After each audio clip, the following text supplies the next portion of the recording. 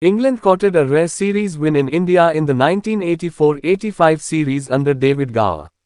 England came to India in disarray after suffering an infamous 5-0 thrashing at the hands of West Indies and without a win in 12 test matches. They were without their mainstays Ian Botham, who opted out, and the band duo of Graham Gooch and John Emburey. Without their key player and a struggling captain, the expectations were low, but England left Indian shores happier by registering a famous series win.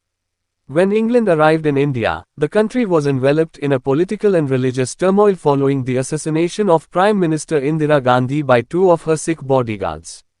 Within hours of her assassination, communal riots broke out in Delhi and other parts of the country, with Hindus targeting the Sikh community, leaving thousands dead.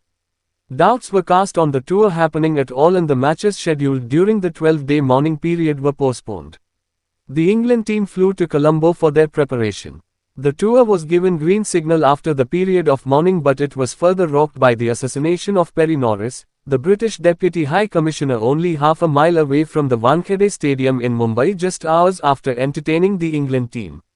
England won the toss in the first test but were pegged back by a mesmerizing spell by leg spinner Laxman Sivaramakrishnan, who took 6 for 64 to dismiss the visitors for 195. England picked up regular wickets to keep India in check, but a 235-run 7th wicket stand by Ravi Shastri, who scored 142, and Syed Kirmani's stubborn 102, deflated England, and they conceded a huge first innings lead as India declared at 465 for 8. England fought hard in the second innings, and it was made notable by the maiden century scored by Mike Gatting. Sivaramakrishnan again was England's nemesis with 6 for 117, which gave him match figures of 12 for 181. Thus the series started on a bright note for India, with the hosts ending the winless streak stretching to 31 test matches in 3 years. However, the joy was short-lived as England bounced back to level the series in Delhi. A draw looked likely when India took lunch with 6 wickets intact and a lead approaching 100. However, a dramatic collapse saw India lose 6 for 31. English spinners Phil Edmonds and Pat Pocock finished with 4 wickets each. England needed 129 off 32 overs. After a solid opening stand between Fowler and Robinson, Gatting and Lamb saw England home with 8.2 overs remaining. Kapil Dev, who was dismissed playing an ugly hoik against Pocock, was dropped for the next test match in Kolkata. It was the only test match which Kapil Dev missed in his entire test career. The third test match between India and England in Kolkata in 1985 ended in a tame draw.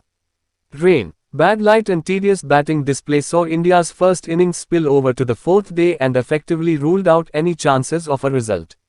The test witnessed a remarkable debut by a player who went on to become one of the most successful test captains of India, but his career ended in disgrace as he was embroiled in match-fixing controversy.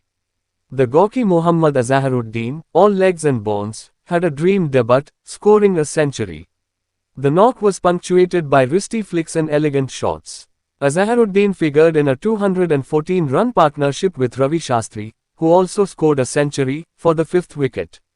Azharuddin became the first player to score centuries in each of his first 3 test matches, and he announced his arrival in style.